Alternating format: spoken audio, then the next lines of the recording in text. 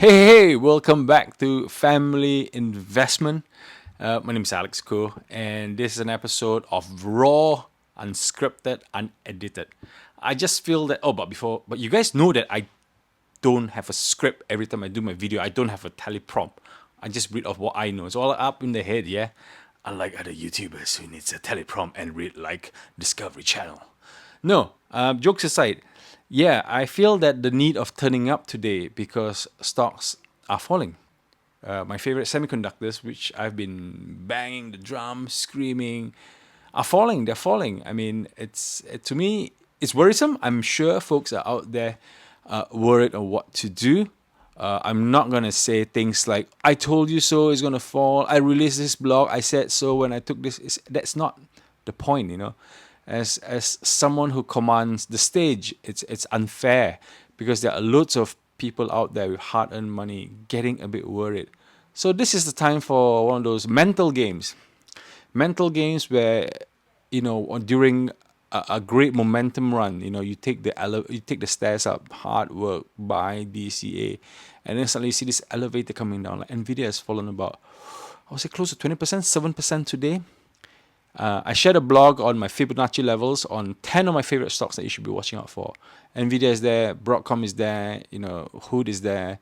And I've showed the different potential, very pessimistic level. If you hit the 3 level, third, that's where you go. So make a decision. Don't rush in to buy, or if you think that the gap is huge. For example, AVGO, yeah. I believe it's still great fundamentals, but the gap up has been too much. It rolls off, so much opportunity for it to drop even further. So it could pull back a lot more than Nvidia. So it's purely technicals, and when technicals play, everybody plays the same game because everybody's reading the same graph. Back to the topic. This roll-off, does it impact the fundamentals? Does it impact the valuation? Does it impact the Wall Street forecast? Does it impact the Q3, Q4? Is there a political impact? Is there a macro impact? I cannot find any of this. It's just natural human greed of profit taking. Why? How do I know? Because if you follow me, I follow the VIX quite a lot. The VIX is around about 13. I'm hoping for a 16 that I start buying. The VIX is at 13. It's not moving too much. Why? Because stocks are on a rotation. Folks are taking profit and buying other avenues of stock. So my suspicion is like the likes of Tesla and Amazon and CRM are on a rebound, on a speculative jump. The likes of PayPal and Square, which have been injured quite hard, I think people expect to go up. Consumers like the likes of Nike, eBay, they are expected to bounce technically. They say, oh, they're all in the bottom. So people are looking for opportunities where there's a risk reward by traders or even hedge fund managers.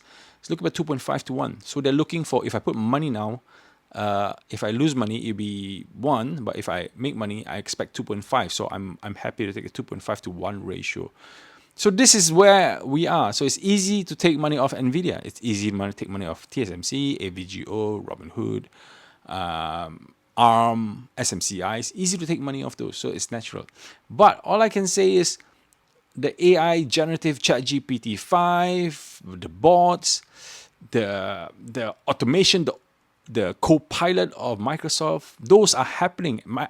Microsoft is sending billions across to France, to Malaysia, to every sector they can find to expand their AI server to serve sovereignty AI, meaning companies, governments will be running through AIs.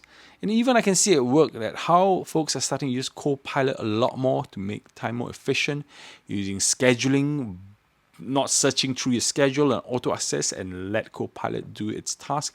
And people are appreciating it. So the consumers are starting to appreciate it, and we're going to see even more. Is not going to replace our jobs yet because LLM, I think, has hit its limit, but we need more compute power to proceed. So all I want to say is, if you're holding and not sure what to do, all I can say, there's still a long upside going forward. I cannot forecast, man, but when I say long term, I'm talking about 2030. Why?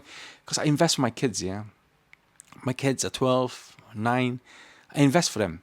I don't invest for them when they're 14, 15. I invest for them when I hand over the money when 18, 19. Take the money, go do whatever you want. Of course, invest, keep investing, of course. But I'm looking at a long-term horizon. And when my kids get out to university, or perhaps they might start their own company, They'll be using all these tools around them. So we're talking about bubble. Really, a bubble now? This is only the beginning. Lots of people are saying like it's the 95.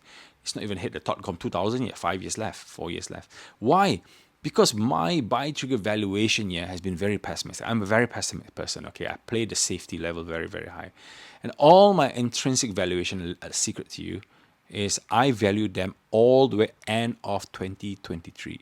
Okay, so all the intrinsic valuation is end of 2023. I've not even forecast 24. Like the likes of Nvidia, I put the 24 because they've already sold out 24. So I'm confident putting 24. Back about 6-7 years before COVID, when all this happened, I actually pay for 2 years ahead of time.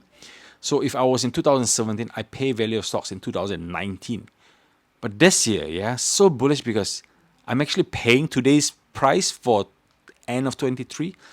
So we're not in the bubble yet. We're really not in the bubble yet. When the bubble comes out, tell everyone. I have to change my buy trigger, because if we're in the bubble, none of my buy trigger will work. You never hit any buy triggers. Trust me. It came to a point last week when it's peaked, when I was hitting about 60% already on my portfolio. I was looking, things are starting to go beyond my valuation, beyond my buy trigger. If this keeps going up, there's no way that my buy trigger will be useful. I just have to dump my buy trigger and reprocess the formula or take forecast value. So this is where we are. So we're not in a bubble. It's healthy profit taking. I'm glad it happened. If it keeps going up, I'll be worried, because I want to hold. It's harder to hold when things go up too fast. It's nicer to hold over time. Earnings, it goes up a bit. Earnings, it goes up a bit. So this is where I'm comfortable. Okay, so this is me. Go to the blog and check out the Fibonacci levels. Follow me on X. I'll speak more, and tell me what topics you want me to speak about. I've got plenty of